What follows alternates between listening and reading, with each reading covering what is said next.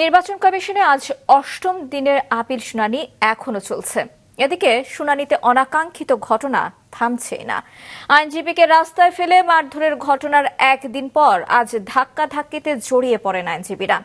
এদিন কারণ দর্শানোর জবাবে মামুনুল হক জানান, তিনি সাধারণ নির্বাচন নয়, গণভোটের প্রচার চালিয়েছেন। দ্বৈত নাগরিকদের নির্বাচনে প্রতিদ্বন্দ্বিতা নিষিদ্ধ এমন আইনের কারণে অনেকেই নাগরিকত্ব বাতিলের আবেদনপত্র সহ মনোনয়নপত্র জমা দিয়েছেন, সেগুলো বৈধতাও পেয়েছে। তবে এ সিদ্ধান্তের বিরুদ্ধে আপিল জমা পড়েছে অনেক।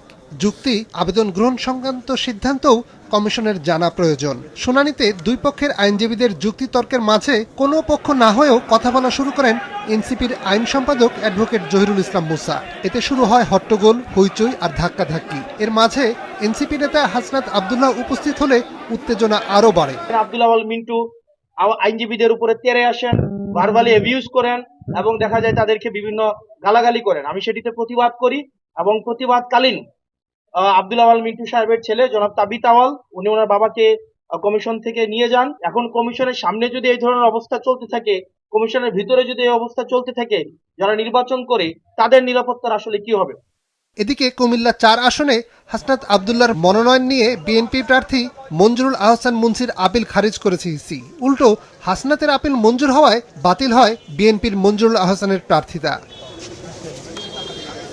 ঘটনাবহুল দিনে বাংলাদেশ খেলাফত মজলিসের আমির মাওলানা মুহাম্মদ মামুনুল হক হাজির হয়েছিলেন কারণ দর্শানোর নোটিশের জবাব দিতে। লিফলেটের মধ্যে হলো গণভোট পক্ষে এবং হায়ের পক্ষে ক্যাম্পেইন ছিল।